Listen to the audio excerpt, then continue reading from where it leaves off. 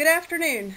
My name is Karen Durham, and today I'm going to be taking you into the mind of Erikson and his theory of psychosocial development. What is psychosocial development? Well, Erikson theory is one of the best known theories of personality in psychology. Erikson believed that personality develops in a series of stages. It describes the impact of social experience across the whole lifespan. One of the main elements of this theory is that the development of ego identity, which is the conscious sense of self that we develop through social interaction. According to Erikson, our ego identity is constantly changing due to new experiences and information we acquire in daily interactions with others. Erikson also believed that a sense of competence motivates behaviors and actions. Each stage is concerned with becoming competent in an area of life. If this stage is handled well, the person will feel a sense of mastery. This is sometimes referred to ego strength or ego quality.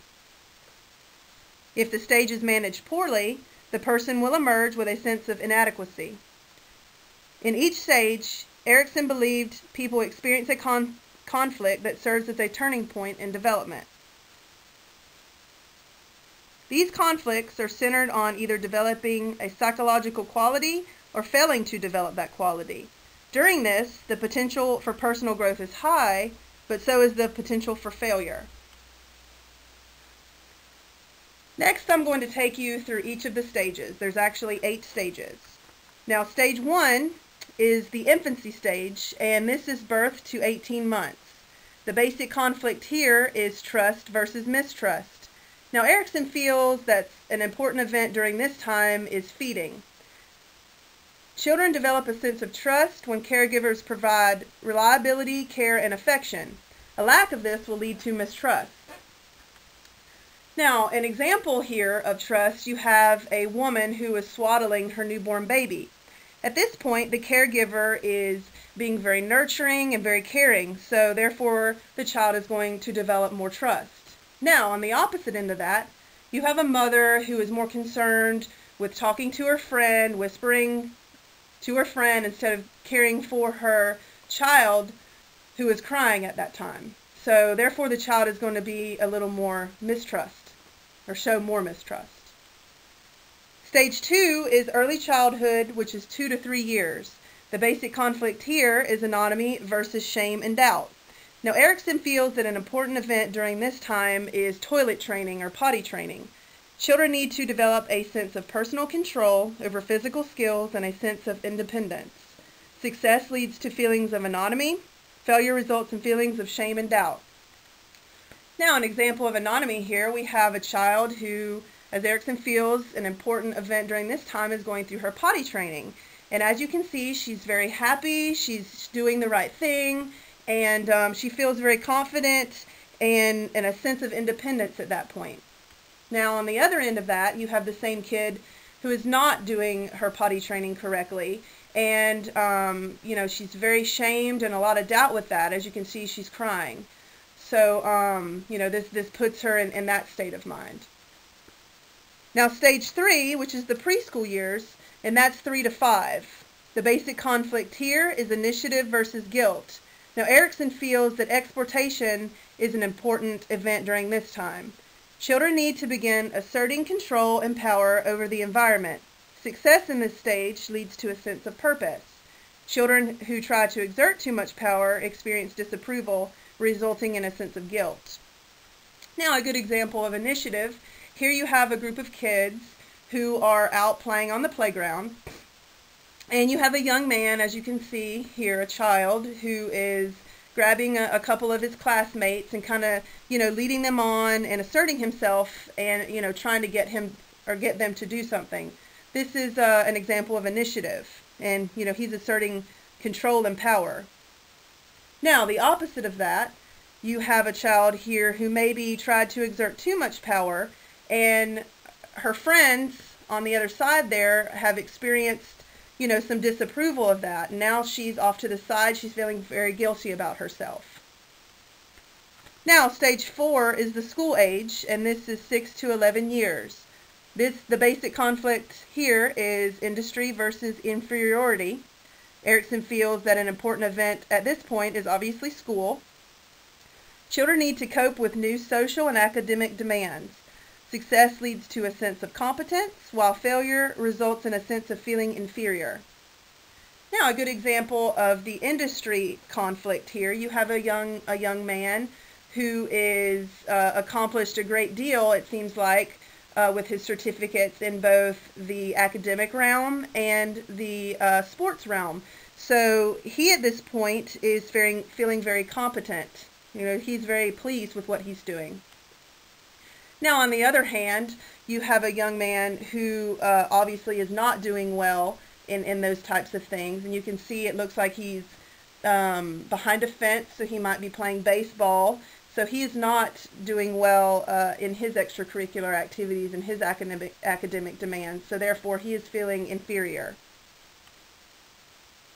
The next stage is the adolescent stage, and this is 12 to 18 years. The basic conflict here is identity versus role confusion.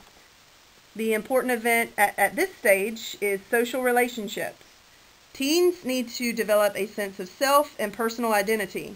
Success leads to an ability to stay true to yourself, while failure leads to role confusion and a weak sense of self.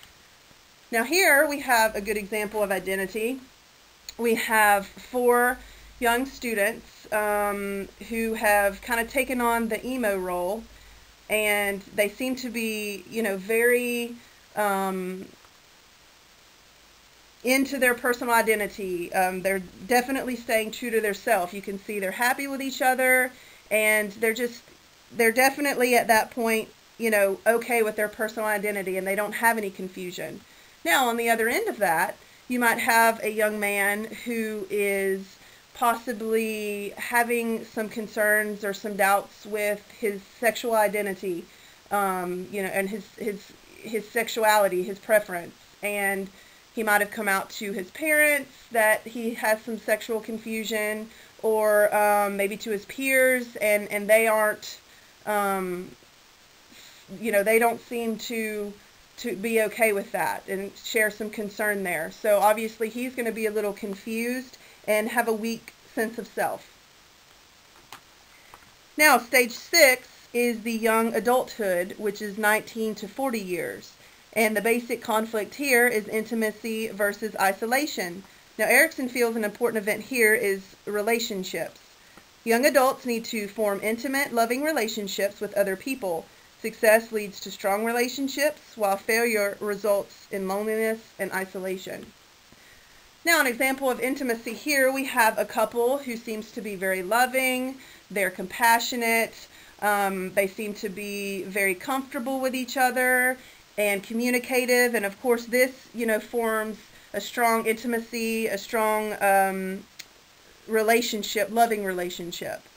And that's very successful for them, gives them success. Now, on the other hand, we have a young woman here who is staying very isolated. She seems to not have created very strong relationships with her, friends or significant other. And she is now very lonely and, as you can see, in some isolation. Now, stage 7 is the middle adulthood stage. This is 40 to 65 years.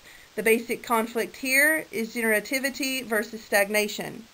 Now, important events that Erikson feels here are work and parenthood. Adults need to create or nurture things that will outlast them, often by having children or creating a positive change that benefits other people. Success leads to feeling of usefulness and accomplishment, while failure results in shallow involvement in the world. Now, here we have an example of generativity. We have a young couple here who has decided to have children. And obviously this has created a positive change in their life, and now they are feeling very useful and accomplished. And, this is successful for them. Now, on the other hand, the stagnation basic conflict, we have obviously here a homeless person, and he really hasn't given much to the world at this point. He hasn't established a family, really doesn't have many friends, so he doesn't really have much of a feeling of accomplishment, and he kind of does have a shallow involvement. Now the last stage, stage 8, is maturity, and this is 65 years to death. The basic conflict here is ego integrity versus despair. An important event here is reflection on life. Older adults need to look back on life and feel a sense of fulfillment. Success at this stage leads to feeling of wisdom, while failure results in regret, bitterness, and despair. Now, example here of integrity, we have a very old couple who is, obviously, they look like they're on the beach kind of looking out, and, they're definitely feeling a sense of fulfillment, and, they're looking back on their life, and, they're saying that they have accomplished a lot. They're very happy with their family and their goals at work. So, success here for them is a feeling of wisdom. But on the other hand of that, the despair conflict, you have a man who has, an older gentleman who has probably, maybe become an alcoholic or gotten into drugs, and, he really hasn't given much to the world, and kind of a failure. So at this point he is, has a lot of bitterness, despair, and obviously a lot of regret. Now, I've also kind of broken down Erikson's stages into a summary chart. It gives the stage, the basic conflict, the important events, and the outcome. So I thought this would be very beneficial for you guys in a nice little compacted bow. And I've also included some class discussion questions for you guys in the forums or the blog if you would like to discuss. But that is the end of my presentation, and I hope that all of you have learned something about Erikson and his psychosocial development stages. Thank you very much.